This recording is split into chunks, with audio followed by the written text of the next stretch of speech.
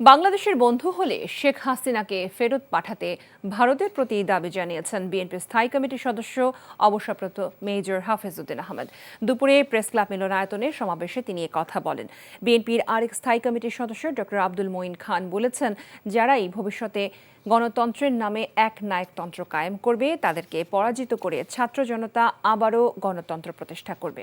কায়কোবাদ মাহমুদের রিপোর্ট।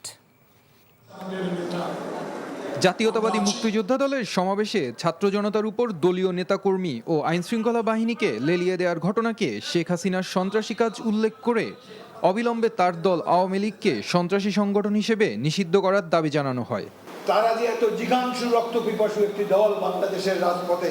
প্রধান অতিথির বক্তব্যে হাফিজউদ্দিন আহমেদ বলেন, যে গণহত্যা চালিয়েছে শিগগিরই তার বিচার করতে হবে। শেখ হাসিনা ইতিহাসে সবচেয়ে বড় ঘাতক।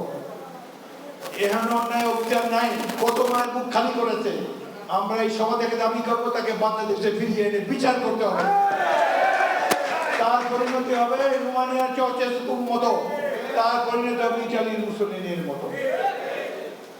এবং ভারতকে বলবো, যদি বন্ধুত্ব করতে চান তাকে বাংলাদেশে ফেরত পাঠান। তার বিরুদ্ধে হত্যা মামলা রুজু হয়েছে, আরো বহুত হবে। আপনারা মুক্তিযুদ্ধে আমাদেরকে সাহায্য করেছেন, অনেক কৃতজ্ঞ।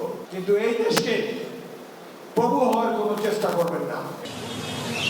এদিকে নরসিংদীতে ছাত্র আন্দোলনে নিহত তাহমিদের কবর জিয়ারত করে ডক্টর আব্দুল মঈন খান বলেন, নতুন প্রজন্ম বাংলাদেশের তথাকথিত কলুষিত রাজনীতিকে প্রত্যাখ্যান করেছে।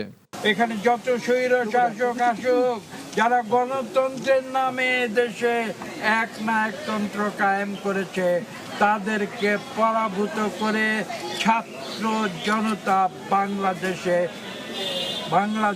যে মৌলিক আদর্শ গণতন্ত্র এবং মানবাধিকার তা পুনঃপ্রতিষ্ঠিত করবে।